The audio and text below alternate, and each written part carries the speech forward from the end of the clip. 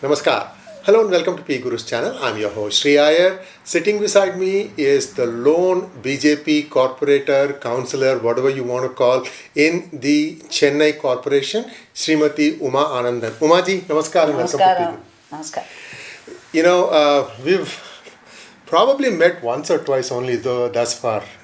We have met in many TV debates, but in person this is the first time. Welcome to America. I hope you've had a good time here. Yes, very nice. As you said, I was also thinking, because we have participated in something, I didn't feel that this is the first time we are meeting in person. Yes. Wonderful. Pleasant.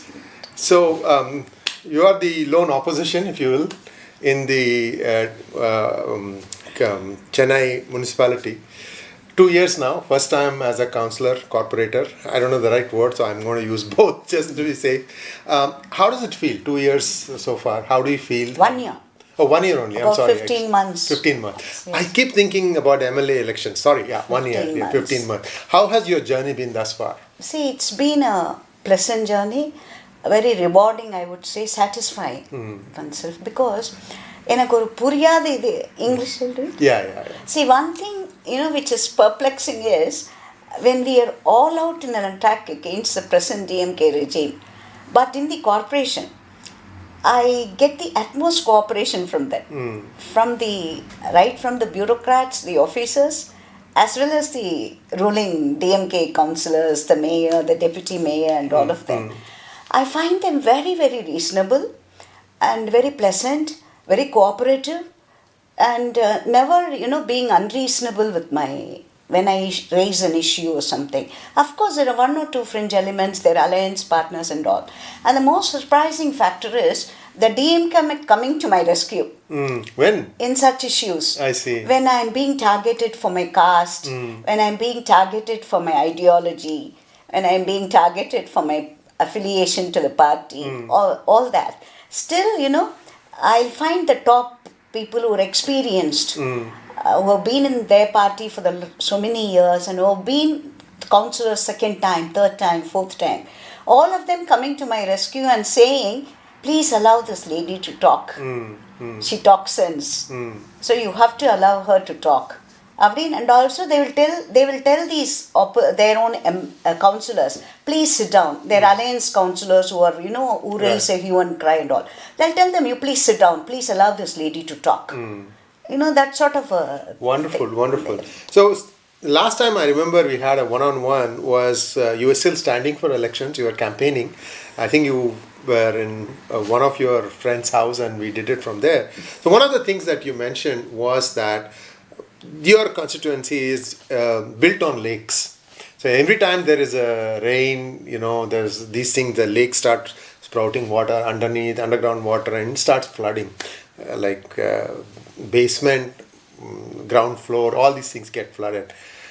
Have you been able to make a dent in solving this problem? And I think one of the suggestions I did was to say that, can we build another floor and move the ground floor people to that floor and say, okay, at least you leave these things just in case there is waterlogging. How has that been so far? See, when I told you at the first, it's been a very rewarding and a satisfying experience in this 1 year. I actually meant this issue which I was talking about.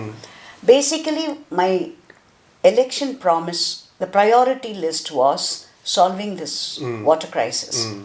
And as you asked me, we went on a very fast pace with that. And for this only I tell, the present DMK regime, they did not differentiate between my ward and the rest of the other wards. They gave me utmost cooperation when we put the stormwater drains that had to be filled, and one of the worst affected areas in Chennai. But the stormwater drain works in the first phase is over. Postal colony and those areas, the stormwater drain work is completed.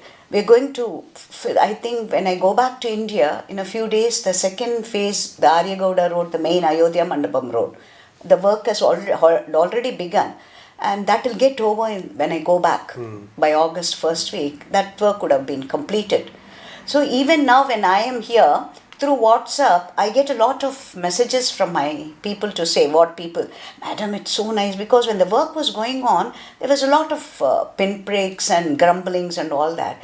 So I went, my officers and myself went around the ward to tell those people, see, you have to cooperate with us. There are hiccups, there will be difficulties, but you have to put up with these difficulties, a temporary phase. It is not a permanent phase. For you to be satisfied in the long run, a permanent solution for this rainwater entering your premises, your ground floor and all that, we are trying to solve that issue through this thing.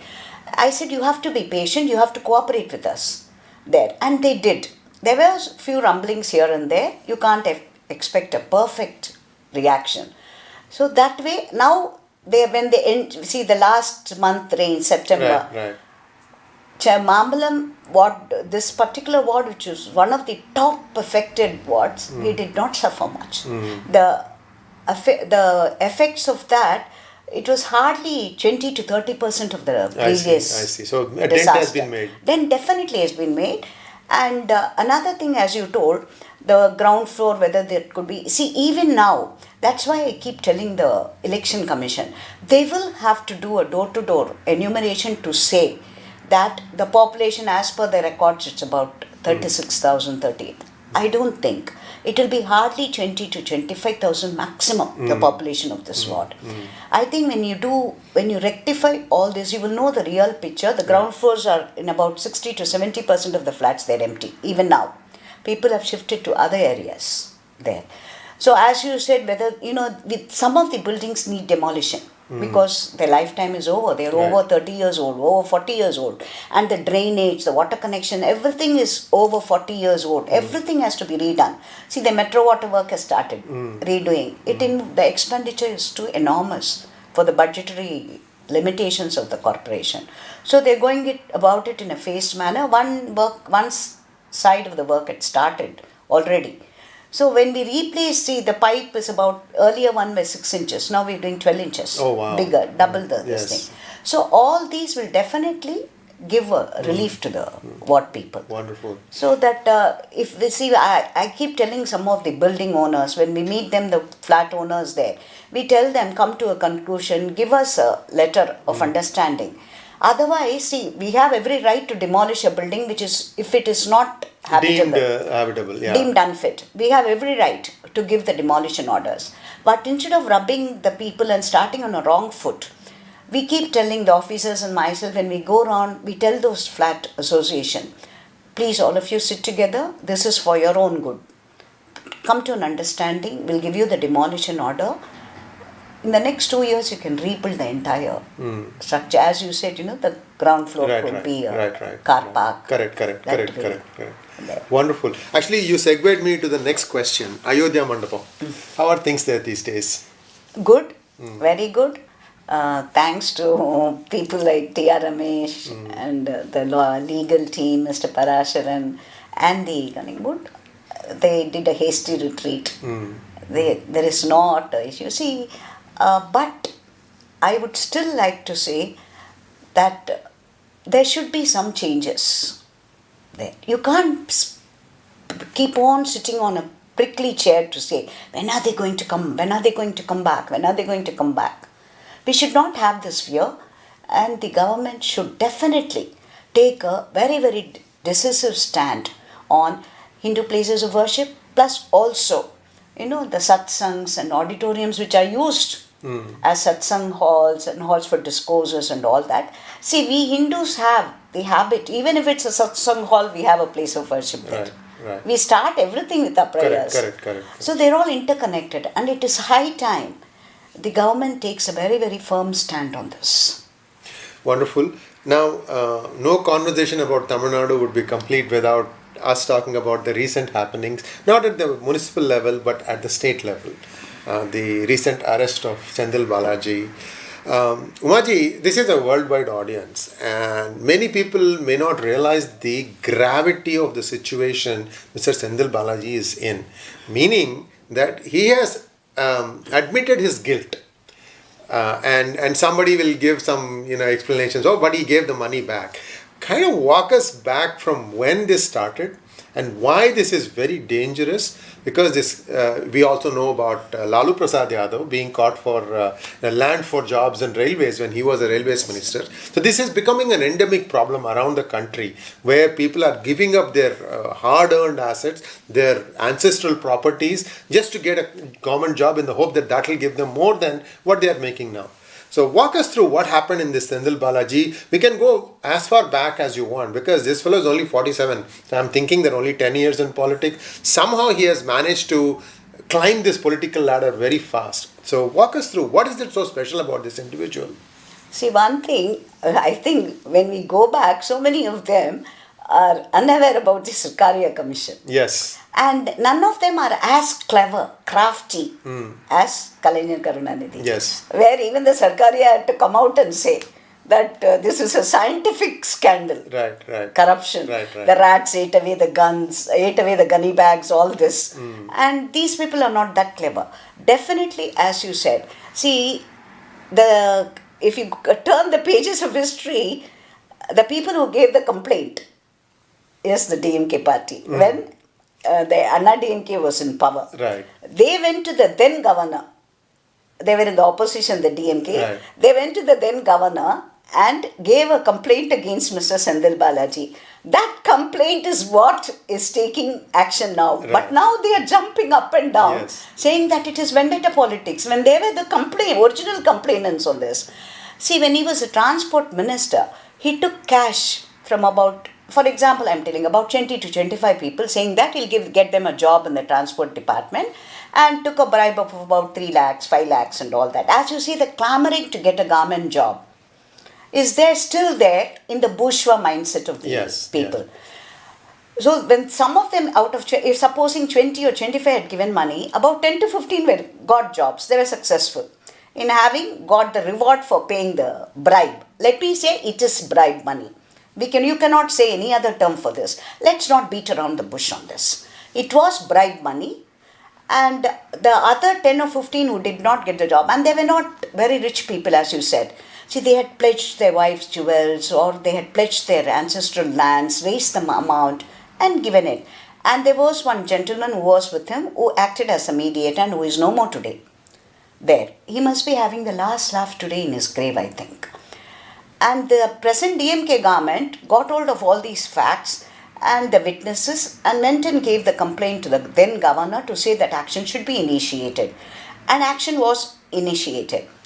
But by the time the legal process and the bureaucratic process which takes place, by the time the end of Ms. Jayalalitha and the 𝙤𝙧 government also came to an end. And by that time, Mr. Senthilbalaji had switched sides and he had gone over to the DMK. Correct. In the last election, if you notice the speeches of the DMK leaders like Ms. Kanimozhi or Mr. Stalin, where they went around the entire Karur belt telling that this man should be jailed. Yes. This man is totally corrupt. Everything. They said action should be taken against them. Why is the central government keeping quiet? All these were part of their speeches. But now, this man having jumped the other side of the fence, now they are crying vendetta, and it was they who had initiated the action. And the best part is, as you told, Mr. Senthilbalaji used his clout, and the DMK being in power and he being a very powerful minister, who was actually, had become so powerful that the original DMK MLAs and ministers who have been with the party for the last 40 years, 50 years, the Dravida EAP. Right. Those people, I know for a fact, so many of them have come and told me their grievances against why this gentleman who had come recently, he and Mr. Shekhar Babu and all, who had recently jumped fence, why are they being given so much of importance? Why we people who have been strong in our ideology, in our basis for generations who have been with the party, are being sidelined, which is a natural grievance, I would call. Right. And this man, it looks from what all came, see, one thing is, he has been taking care of elections from what we gather. The assembly elections, the entire Karur district, he took care. And the MP elections again. And to tell you frankly, as recent as the Erode elections by polls. And it came out that he was in charge of some 10 booths. And money was flowing like water there, always. And as you see, the money power of this gentleman, which is keeping the big first family of the DMK very happy. Right. That is the reason why you find the reactions from the Chief Minister himself and his family, the same reaction was not there. One of the blood relative, Ms. Kanimozhi, was arrested in 2G. Right. All was quiet in the front then. Right. But now you find such a lot of active activity, and you see the entire cabinet sitting outside Mr. Senthilbalaji's room in the hospital. And another thing, they were crying hose about the AIIMS not being taken off in Tamil Nadu, while the Omandurar estate, which again, the building, what Ms. Jayalalitha built as a new assembly, but always you find the two at loggerheads. As soon as she came to power, these people came to power, they turned it into a hospital. There, if you do something, I will revert it back. Like that, the Queen Mary's College, the Gindi building, all these are examples, because they concentrate on the nitty-gritties and to score issues between them than keeping the people's welfare in the mind. I have to tell you one story. This is hilarious. Umaji, I drive around Coimbatore. In Coimbatore, there are few highways, and in those highways, you have these street lamps. Now, the street lamps, they are shaped in such a way that there is one pole, and at the end, you have two limbs where the lights are hung, like LED lights, right? Now, on those limbs, they have two leaves. They want to show that this was built by ADMK, so they built two leaves in every one of those things. Now DMK is in power in Coimbatore, they are taking out those two leaves. And you find instead they're holding G square everywhere. Even in Coimbatore, I think you must have seen. Right. See, always, the Tamil Nadu people have been taken for a jolly big ride the last 50 years. And it is obvious. See, they used to call UP, Bihar and all Bimaru states at the time. Yes. But you see the growth that has happened after the change of events. See, once, as you said, Lalu was pushed out. Right. See, you see the growth. Mr. Nitish Kumar, so long as he was part of the Janata Party and all that, I think some sense of ethics and the values and all that is there. Now you see all of them gathering in Patna with the sole aim of dismantling this government. There is no other thing. See, as logic would have it, DMK in alliance with Nitish Kumar, is it going to give him any benefit in Bihar elections? Or Mamata Banerjee in alliance with Stalin, is that going to give any benefit to Mr. Stalin? So I would, it's a very harsh term. I think we've all read about the school for scoundrels and all that in those days. And now perhaps we see it in action. Absolutely. So in this Senthilbalaji case, he's inventing new ways to not get arrested. That's how I see it. And one explanation as to why so many people came to see him being trotted out is that, and you can tell me if you know or don't know the answer to this. One explanation is that whatever mamul he was collecting, Senthilbalaji was collecting, he was giving a lion's share of that to the first family, as opposed to the other ministers who don't seem to be giving so much. And that is the reason why Stalin was dependent on him, and that's why he gave him that big two meaty portfolios. How true is this?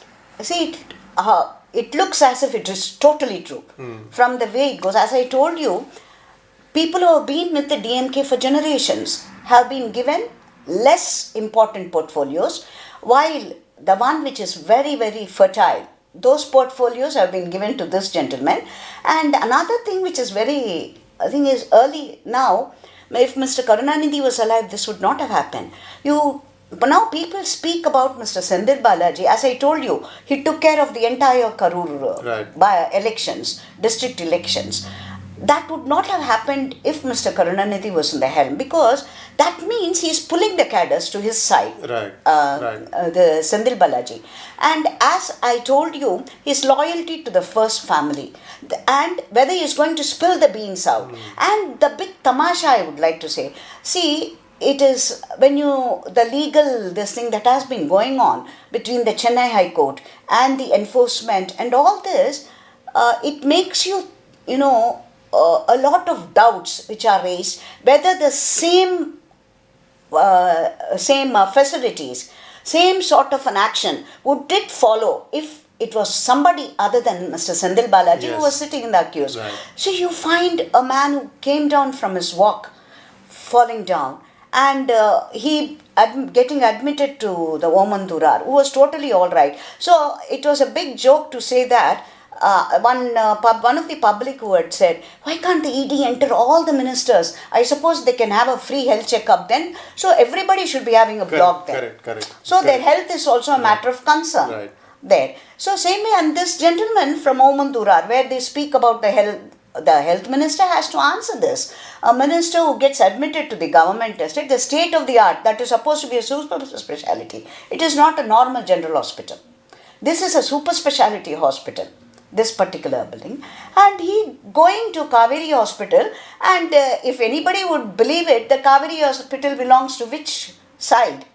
Everybody knows. Right. So he going there. That means, is he going to be under the control of the first family? They don't want him to spill the beans out. They are in a very, very dangerous situation. All these queries rise, and the ruling party the chief minister has to answer these queries. Instead of coming out and telling, very rarely he comes and talks to the press, and he comes out and talks to the press and gives a threatening this thing to the centre to say, be careful, if we start retaliating, and all these, which is never an accepted norm. And you find a chit of a person like Mr. Udayanithi, the first time MLA, a first time minister, and his surname has given him all these importance. And that meant, I think we have seen the MISA rule. And in the alliance with the same party which brought in the emergency. Yes. By the way, viewers, you should watch one video I did about the DMK family and how Stalin was arrested not for MISA but for something else. And I explained that in great detail in that video. Do watch it. I don't want to waste our time again here. Precious time now. Again, last question. The new I shouldn't say new, now he's 1 year old. The new BJP president, Annamalai. Few people that I've seen who walks the talk. He says something, he goes by that. What are your impressions of him? See, one thing I've been repeatedly telling. I have a lot of admiration for this leader, youngster, with a lot of promise. And I think he's the right answer for the Dravidian parties. He's giving them as he nobody had, if at all earlier it was Mr. 𝙤𝙧𝙤𝙪, and when he commented like that, the then leadership would come on to say it is his personal opinion. Correct. But now, they weren't fully backing him. Yes. But now it is not the case here. Here you have a young spirited leader who wants to take the DMK by its horns, and he is doing it very well. And that's why you find the DMK always, they keep telling BJP is nobody here. Its lotus is not going to bloom. Then why give importance? If you feel that BJP is a Nota party or whatever it is, why are you people giving so much importance to its leader? That by itself shows that you're scared of the growing popularity of the Modi government in the centre, as well as for all the Modi projects, they may put a sticker, as you told. Correct. They may put a DMK sticker on it and post as if it's a DMK thing. But this gentleman comes out reeling out with facts, figures. You must see when he released the DMK files part 1. We could not enter Kamalalayam, that building. I was a little late. I see. Usually, when we announce a meeting time, it's normally late by about half an hour or so. Right. Half an hour or so minimum. Okay. So I was thinking it's going to be the usual way, and I was late by about 15 minutes. I could not enter the premises. I had to sit somewhere at the back and listen. So the entire press was there to see, and as you told, all those details that whatever he gave was already there. The DMK has been accused of amassing wealth beyond a disproportionate assets case. Just 1 year or 1.5 years. Definitely, they have a lot of material in their hands, and the DMK owes the people of Tamil Nadu an answer for that. But this gentleman, definitely, I think there is a big void after the death of Ms. Jayalalitha as well as Kalaignar Karunanidhi. And this gentleman fills the void. As you all know, we all know, the Dravidian movement, which was started only to suppress the Brahmin voice for no reason, no legitimate reason. They needed an enemy, and they got them very handy. And where they could gather the extra forces behind Yes, them, yes. and which they successfully did for the first two generations. Right. Now they are at the back foot. They are forced to retreat and all that. And it is thankfully Mr. Annamalai is not a Brahmin, where they can poke their fingers and say it's a Brahmin party. They can't do that anymore. So now they have such a cheap this thing of taking hold of his shepherd. Right. That is by no means demeaning. So long as he is earned as an IPS officer who has come up by his merit, who has been clean in his work.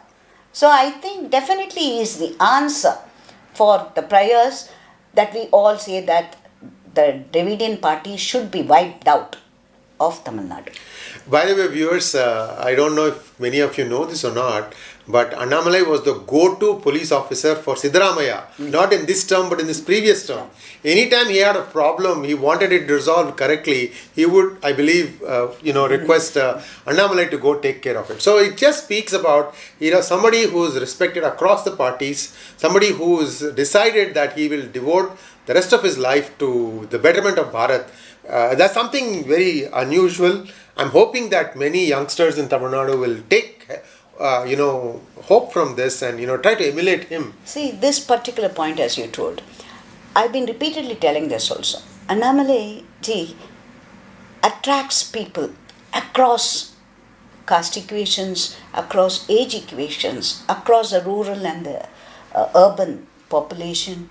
And even, you have now a leader who's across Tamil Nadu. The entire India seems to be looking at Tamil Nadu, at this leader, who they all feel is going to make the BJP grow. See, I am not demeaning the work of the earlier leaders and all. But now the social media being what it is, this gentleman is making use of that. Right. And you have people gobbling him that way. Correct. So it's a very, very welcome sign. Wonderful. And Narayanan Tirupatiji, in one of his interviews with me, he mentioned about how the groundwork is being done by BJP. Like, for example, they have one Karyakarta for 25 families. I'm talking about real rural level. And these Karyakarta goes to these 25 families. This person adopts them as his own extended family or her own extended family. Goes and talks about all the different schemes that they can apply for, eligible for. And he had said at that time, I think he said that 60% of the state was covered. You have any idea how that part is going? See, exactly, I can't tell you, pinpoint and tell you the exact, there could be a difference. But one thing is, as Mr. Tirupati told, there's such a lot of divisions in the party which takes care. See, for central government schemes itself, you have each, the district-wise a group for that, and Karyakartas for that, booth-wise. So definitely the reach is going out, and now every day there is something or the other, and you have the central leaders coming down to Tamil Nadu. Every week you have at least one or two of them coming and discussing about the growth that we have made. We tend to give, earlier there was no serious work about the inputs that we give. How true were the inputs that we give. See, you give me a paper and you say, fill out the members and give. I can jolly well give you any number of names which were not even existing there. Correct. There could be a party of any other ideology also. But still I fill it up and give for the sake of filling up the 25 names and giving it. Right. But now it doesn't happen because cross-checking is done from Delhi. There. So I think definitely you have made inroads. I think Mr. Amit Shah's work in UP, when he was banned from Gujarat, he had done all this paid work in Uttar Pradesh, and which played a big role in us NDA coming to power the first time. Yes. So the same model is being repeated here with the changes that suit the Tamil Nadu voting pattern. Wonderful. Umaji, thank you so much for taking time out of your busy schedule to talk to us. Viewers, you should look at it in a very objective way, because Umaji was all praised for DMK, which is running the mayor of the city of Chennai, that how helpful they have been. So we are not being, she's a BJP member, I am not, but we are looking at it objectively as to what needs to happen for the betterment of people. That's what we are looking at. Thank you so much, Umaji, and it was wonderful talking to you. And viewers, please like, share and subscribe to our channel. Don't forget to click on the bell button for notifications. Namaskar. Thank you, Sriji, for giving me an opportunity and for God giving me the opportunity to meet you in person. My pleasure.